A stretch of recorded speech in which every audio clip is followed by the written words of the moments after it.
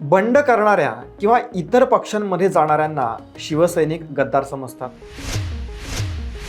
सामान्य शिवसैनिकांच्या बाबतीत हे एक वेळ आपल्याला समजता येईल, पण जर का खुद्द ठाकरेंच्याच बाबतीत हे घडलं तर घडलंय. आणि त्यामुळे ठाकरेंच्या आदेशाचं पालन करणारे शिवसैनिक फक्त नाराजच नाहीयेत तर संतापले सुद्धा आहेत आदित्य ठाकरेंवरती. तसं तर उद्धव ठाकरेंचंही अलीकडे किंवा खरं तर कधीच प्रभावी असं राजकारण राहिलेलं नाहीये. बाळासाहेब ठाकरेंच्या पुण्याईनं आतापर्यंत सुरू होतं सगळं बरं, पण आता एक झेंडे असे लावतायत उद्धव आणि आदित्य पिता पुत्र की शिवसैनिकांना बोलायची सोय राहिलेली नाहीये. उद्धव ठाकरेंचं थोडंसं बाजूला ठेवूया. सध्या आदित्य ठाकरे चर्चेमध्ये आहेत ते त्यांच्या विरोधाभासी वागणुकीमुळे. आपल्या कट्टर विरोधक असलेल्या मोहित कंबोज यांना ते भेटायला गेले होते, ज्यामुळे शिवसैनिक त्यांच्यावरती कमालीचे नाराज आहेत. शिवसैनिकांच्या हितापेक्षा वैयक्तिक स्वार्थ आदित्य ठाकरेंना महत्त्वाचा वाटतोय का? शिवसैनिकांमधला असंतोष कसा दूर करतील आदित्य ठाकरे? मोहित कंबोज यांना भेटू शकतात तर मग उद्या एकनाथ शिंदे यांच्या कौटुंबिक कार्यक्रमालाही हजेरी लावतील का आदित्य ठाकरे? आणि आणखी एक महत्त्वाचं म्हणजे ज्या भाजपच्या विरोधात आणि मोहित कंबोज यांच्या विरोधात संजय राऊत इतके टीका करत होते, त्यांना कसं आदित्य ठाकरे यांनी अक्षरशः तोंडघशी पाडले? सगळी सविस्तर चर्चा या व्हिडिओमध्ये करूया. तेव्हा पूर्ण पहा, चॅनलला सबस्क्राईब करा आणि आदित्य ठाकरेंच्या राजकारणाबद्दल तुमचं मत काय ते नक्की सांगा. नमस्कार, मी प्रदीप. मूड फ्रेश करणाऱ्या मराठी मूडमध्ये आपल्या सगळ्यांचं स्वागत. उद्धव ठाकरे आणि आदित्य ठाकरे या पितापुत्रांनी शिवसेनेची वाट लावली. या सामान्य लोकांच्या प्रतिक्रियेला बळ मिळतंय ते ठाकरेंच्या एकूणच राजकारणामुळे. उद्धव सेनेमध्ये कुणाचा कुणाला पायपोस नाहीये. नेतृत्वावरती विशेषतः उद्धव ठाकरे यांच्यावरती नाराजी आहे, म्हणून पक्ष सोडून जाण्याचे प्रकार आतापर्यंत आपण पाहिले. तीच उज्ज्वल परंपरा अबाधित ठेवण्याचा आटोकाट प्रयत्न करत आहेत आदित्य ठाकरे, त्यांचे पुत्र. समाजकारण हा शिवसेनेचा खरं तर पाया राहिलेला असला तरी त्याचा विसर खुद्द नेतृत्वालाच पडलेला आहे. निष्ठा ही काय फक्त सामान्य शिवसैनिकांनी ठेवायची आहे का? नेतृत्वाला हवं तसं वागण्याचा अधिकार आहे का, असे प्रश्न पडतायत. ते विचारण्याचे कारण आदित्य ठाकरे यांनी त्यांच्या कट्टर विरोधकाशी हातमिळवणी केली आहे. सगळीकडे त्यांच्या या भेटीवरती चर्चासत्र रंगतायत. मोहित कंबोज जे भाजपाशी संबंधित आहेत, त्यांच्या मुलीच्या वाढदिवसाचा भला मोठा कार्यक्रम नुकताच उत्साहामध्ये झाला. या पार्टीला विविध पक्षाचे नेते हजर होते. त्यामध्ये सगळ्यात खटकणारं व्यक्तिमत्व होतं आदित्य ठाकरे. ज्या मोहित कंबोज यांनी ठाकरेंवरती तीव्र स्वरूपाची टीका केली होती, ठाकरेंचं राजकीय करिअर धोक्यात येईल अशी भूमिका घेतली होती, त्यांनाच आदित्य ठाकरे आनंदाने भेटले आणि त्याचं त्यांना काहीही वावगं वाटलेलं नाही. आता इथे प्रश्न पडतो, कोणत्या हेतूने आदित्य ठाकरे कंबोज यांच्या पार्टीमध्ये सहभागी झाले? तत्व विचार याच्याशी आदित्य ठाकरेंचा काही संबंध आहे की नाही, असले उद्योग करण्याआधी किमान शिवसैनिकांचा विचार तरी करायला हवा होता. जे शिवसैनिक ठाकरेंच्या आदेशाचं पालन करतात, या कुटुंबासाठी केसेस अंगावरती घेतात, त्या शिवसैनिकांना शून्य किंमत आहे का ठाकरेंच्या लेखी? अशा कौटुंबिक कार्यक्रमामध्ये सहभागी झाल्याने मागचं सगळं विसरता येतं का? सगळी कटुता विरून जाते का? याचं उत्तर आदित्य ठाकरे यांनी शिवसैनिकांना पटेल अशा स्वरूपामध्ये दिलं पाहिजे. या शक्यतेमध्ये तथ्य आहे काय? सध्या उद्धव सेनेकडे लोकांनी पाठ फिरवली आहे. वैफल्याने ग्रस्त झालेल्या या पितापुत्रांना काय करावं हे सुचेनासं झालंय. 25 वर्षांपासूनची मुंबई महानगरपालिकेतली सत्ता गेली. शेवटची जी निवडणूक झाली राज्यसभेच्या उमेदवारीची, त्यातही माघार घ्यावी लागली. बाकी विधानसभा आणि इतर निवडणुकीबद्दल काही बोलायलाच नको. आता अशा परिस्थितीमध्ये आधीच शिवसेनेतले लोक पक्षाला कंटाळलेले आहेत. उद्धव ठाकरे भेटत नाहीत आणि आदित्य ठाकरे नको त्यांना भेटतात, जसं आपले जानी दुश्मन कंबोजना भेटले. विनाशकाले विपरीत बुद्धी अशी एक म्हण आहे, किंवा बुडत्याचा पाय खोलात. आता भाजपला तसं तर उद्धव सेनेची कसलीही गरज नाहीये. मुळात जे लोकांच्या प्रश्नांसाठी आग्रही नसतात, विधान भवनातल्या चर्चेमध्ये कधीतरी सहभागी होतात, समस्येने ग्रस्त असलेल्यांच्या जे भेटी घेत नाहीत, त्यांना भाजपच्या जवळ जाण्याची नामुष्की आलेली. सामान्य शिवसैनिकांना तर हे अजिबातच पटणारं नाहीये. नाही म्हणायला काही मुद्दे त्यांनी विधानसभेमध्ये मांडले, पण यात सातत्य नाहीये. त्यामुळे लोकांचा विश्वास ठाकरेंनी केव्हाच गमावलेला आहे.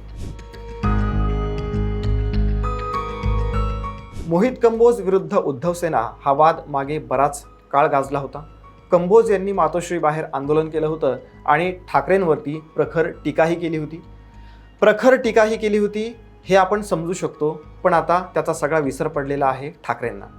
आता विरोधक टीका करणार हे एका मर्यादेपर्यंत आपण समजू शकतो, जसं की देवेंद्र फडणवीस करतात किंवा इतर ज्येष्ठ नेते, कारण ठाकरेंनाही महाराष्ट्रामध्ये मान आहे. अशा वेळी त्या स्तरावरच्या कोणीतरी टीका केली तर ते आपल्याला समजता येईल. नवख्या नेत्याने टीका करणं हे सर्वसामान्यांना आणि त्यातही शिवसैनिकांना अजिबातच पटणारं नाहीये, रुचणारा नाहीये. त्यामुळे ठाकरेंची प्रतिष्ठाही पणाला लागते.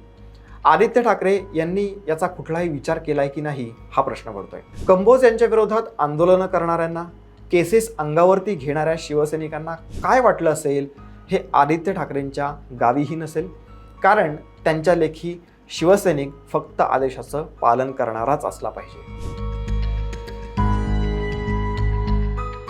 अनेक आधीच्या व्हिडिओमध्ये हा विषय आम्ही मांडला होता. कंबोज यांच्या निमित्ताने पुन्हा तोच मांडावा लागतोय की ज्या मराठीच्या नावाने इतकं राजकारण करतात ठाकरे, त्यांना अमराठी व्यक्ती, त्यातही ठाकरेंवरती चालून आलेली व्यक्ती कशी चालते? खरं सांगायचं तर ठाकरेंचं मराठी प्रेम हे बेगडी असल्याचं कितीतरी उदाहरणांवरून आपण सांगू शकतो. मुंबईतल्या बंद पडत असलेल्या मराठी शाळा, अमराठी खासदारांसाठी पक्षात हमरीतुमरी, काय सांगायचं. आपण काहीही केलं तरी चालतं असं आदित्य ठाकरे यांचं मत आहे का? असा सवाल शिवसैनिकच सोशल मीडियाच्या माध्यमांमधून सध्या विचारतात. चुकीच्या गोष्टींना समर्थन अंधभक्त करतात, शिवसैनिक नाही असं कट्टर शिवसैनिकांचं मत आहे. काही शिवसैनिक आदित्य ठाकरेंचं समर्थनही करतात, पण बहुतांशी तर विरोधाच्याच भूमिकेमध्ये आहेत. फरक एवढाच आहे की अगदी स्पष्टपणे ते बोलू शकत नाहीत. संजय राऊतांवरचा आदित्य ठाकरेंचा राग हा कमी होण्याच्या ऐवजी वरचेवर वाढत चाललेला आहे. संजय राऊत आपल्या पक्षाची भूमिका मांडताना भाजपावरती प्रखर टीका करतात. मोहित कंबोज हे आता राजकारणामध्ये नाही आहेत, पण भाजपाशी संबंधित आहेत. त्यांचं शिवसेनेच्या विरोधातलं एकूणच कॅम्पेन मध्यंतरी खूप गाजलं होतं. शिवसेना फुटीवेळी त्यांची भूमिका सर्वश्रुत होती. त्यामुळे संजय राऊत सातत्याने त्यांच्यावरती टीका करत राहिले, पण त्यांनाच तोंडघशी पाडलंय त्यांच्याच पक्षाच्या आदित्य ठाकरे यांनी. त्यामुळे राऊतांना आपली बाजू लावून धरताना किती तारेवरची कसरत करावी लागते हे आपण रोज पाहतोय. येत्या काही काळामध्ये किंवा काही दिवसांमध्ये संजय राऊत जर का साईडलाईन झाले तर अजिबात आश्चर्य वाटून घेऊ नका. आदित्य ठाकरेंच्या या एकूणच वागणुकीमुळे पक्षाच्या इमेजला फटका बसला असं काहींचं मत आहे. पण उद्धव सेनेची इमेज राहिली आहे कुठे फटका बसायला? एखादा नवखा नेता येऊन तुमच्यावरती शिंतोडे उडवणार आणि झालं गेलं सगळं विसरून तुम्ही हसत खेळत त्यांच्या भेटी घेणार. राजकारणामध्ये कुणीच कुणाचा कायमचा शत्रू नसतो असं मानलं जातं आणि चांगल्या लोकशाहीतलं ते वैशिष्ट्य देखील आहे. आता हा व्हिडिओज बघा, अलीकडचाच आहे. जर एखाद्याने शुभ कार्याला कोणी बोलवलं असेल, मंगल कार्याला बोलवलं असेल, तर तेवढ्यापुरते कटुता दूर ठेवून जर कोणी गेला असेल तर त्याच्यावरती अशा प्रकारचे प्रश्न विचारणं किंवा बातम्या देणं मला काही योग्य वाटत नाही. संजय राऊत म्हणतात तसं सगळ्याच पक्षांमधले लोक एकमेकांच्या कौटुंबिक कार्यक्रमांना हजेरी लावू शकतात, त्यात वावगाचं काहीच नाहीये. पण मग आमचा प्रश्न हा आहे उद्धव सेनेला की विरोध करणाऱ्या मोहित कंबोज यांच्या पार्टीत तुम्ही जाऊ शकता, तर उद्या एकनाथ शिंदेच्या कौटुंबिक कार्यक्रमाला जाणार का? अर्थातच बोलावलं तर. चुकून समोरासमोर आले तर बोलण्याचा सोडा साधा एकमेकांकडे बघायला सुद्धा हे लोक तयार नसतात. मग जर एकनाथ शिंदे चालत नसतील तर मोहित कंबोज कसे चालतात हा प्रश्न आदित्य ठाकरेंना विचारला जाणार आहे. दुखावलेल्या शिवसैनिकांना त्यांनी उत्तर देणं अपेक्षित आहे.